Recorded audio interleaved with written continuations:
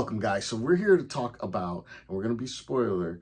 We're going to talk about Transformers: Rise of the Beast. Now, this is the new Transformers movie that just came out. It came out on June 9th, and I'm going to tell you out the gate, this is easily the best Transformers movie we've seen in a long time. Now, we've got all of the Autobots that we enjoy. We've got Bumblebee there. We've got Optimus Prime. But we've got some new characters, and there's a lot of new characters.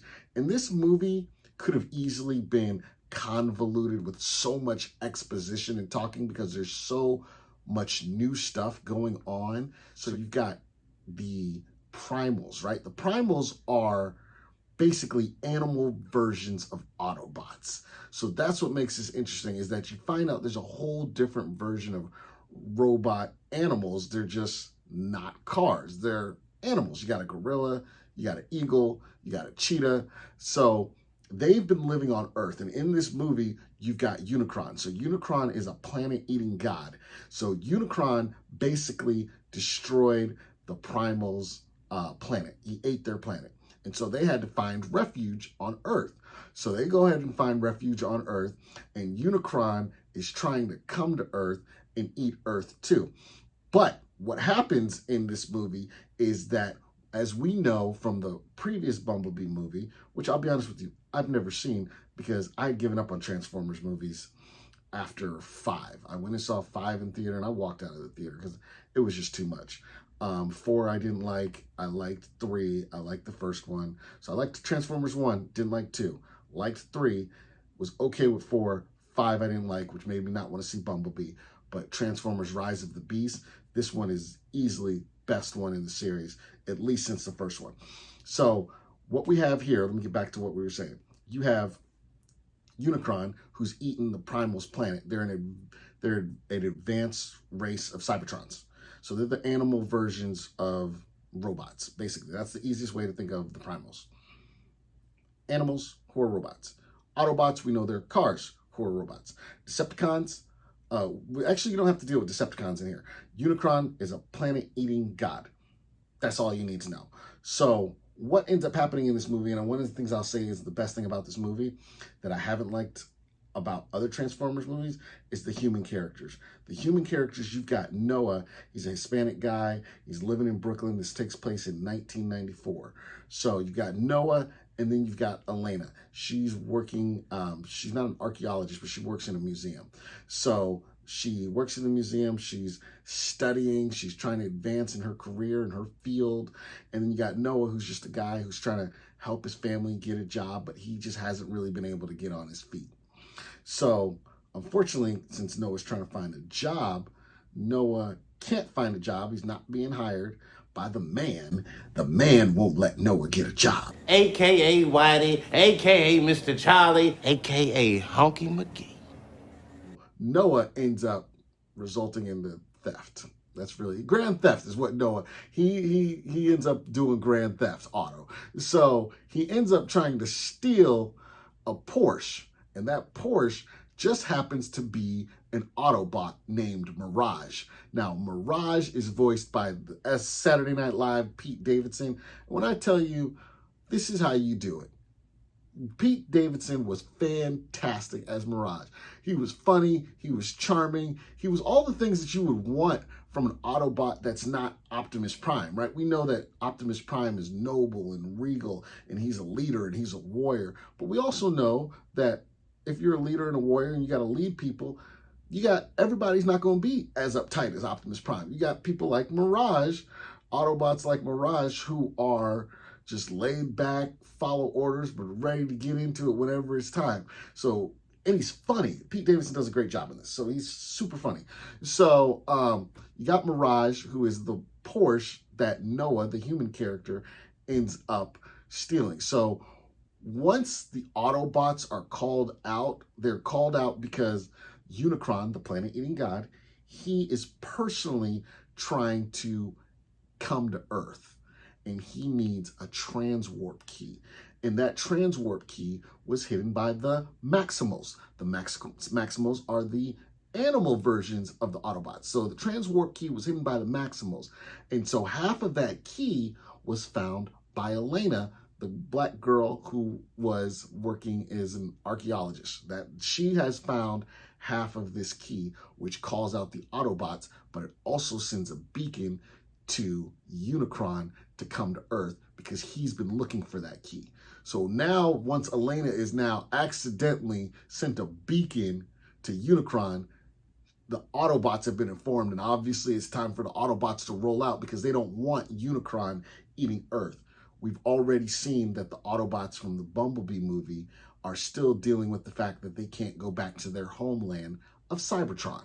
So what happens is Noah is now caught in the middle of this situation because he was trying to steal the Porsche, which is Mirage. He was trying to steal Mirage, who is an Autobot who works for Optimus Prime, and ends up meeting up with Elena, who is the archaeologist who found half of the transwarp key. So because she studied and she's been learning about this, and she didn't mean, obviously, to send out a beacon to Unicron, but because what happens is she's learning about this, the Unicron doesn't know where the other half of the transwarp key is. So the Autobots now have to kind of count on the humans to kind of help them out to find the transwarp key, the other half. And that's where Elena and Noah, and let's talk about the human versions. One of the things I didn't like about the other Transformers movies is the fact that the humans were almost trying to be the stars of the movie, right? Like you got Tyrese and who else? Witwicky. John Cena was in the Bumblebee movie. You got the guy who played Samuel Witwicky. I can't remember him from Even Stevens, but that he was in it too. These movies aren't focused on the stars, right? The human stars. They're not the stars of the movies.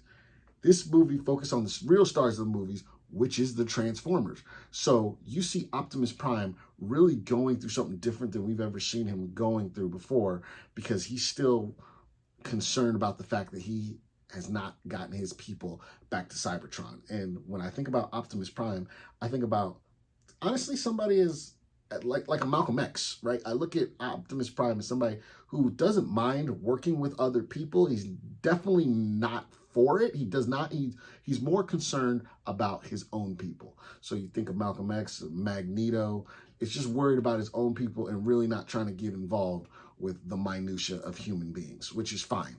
But in this story, what we have is Optimus Primal. He is one of the Maximals, the animal versions, the gorilla version of Optimus Prime. And we find out that Optimus Primal has been named after Optimus Prime because of how noble and how many stories have been told about Optimus Prime. So these two finally meet together. Now we find out that the other transwarp key is in Peru. So they have to now take a trip to Peru to try and get the key before Unicron gets the key and comes to Earth. Remember, Unicron is the planet-eating god.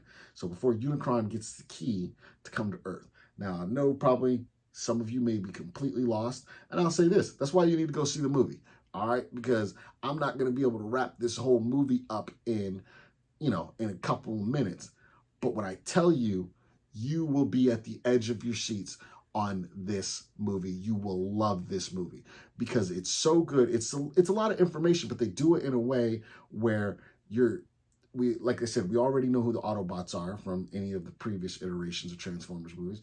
So we're all now learning about the Primals, the animal versions, and we're also learning about Unicron, but it never feels over complex, and I'm going to be honest, I am not an expert on Transformers, so even I was able to keep up. I was like, okay, this is what's going on. You could take a child to it and they would be able to understand everything. And that's why this movie is so good, is because it's great for children and it's great for adults. Now, one of the best things about this movie is it's almost taken some of the best things from comic book movies and put it in this movie. It takes place in 1994.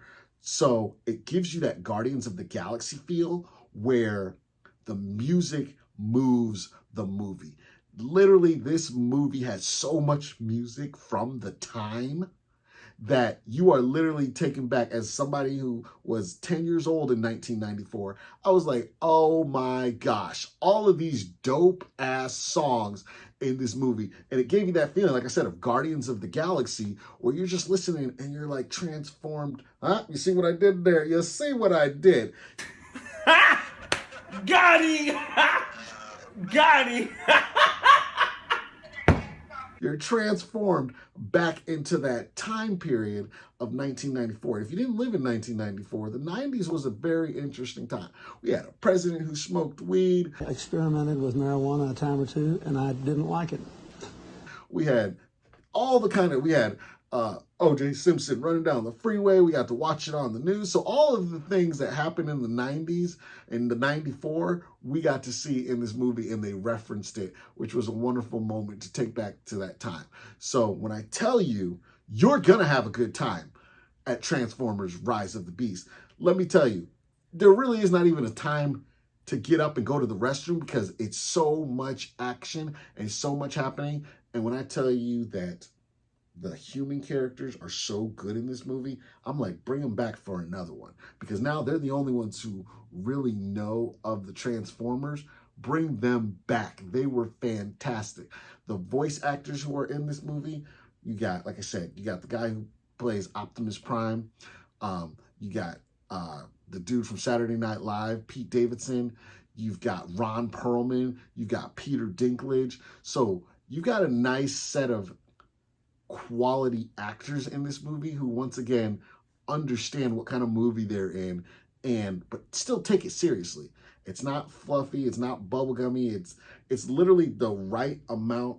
It's the right amount of cheese, but so much action and so much dialogue that you can follow along. I promise you, I want you to comment after you go see this movie and tell me what you think about it. And tell me which one of your favorite movies of the Transformers series that you like. Look, I appreciate all of you. Be kind to everyone, except the racists, because we ain't got time for them. Y'all have a good day.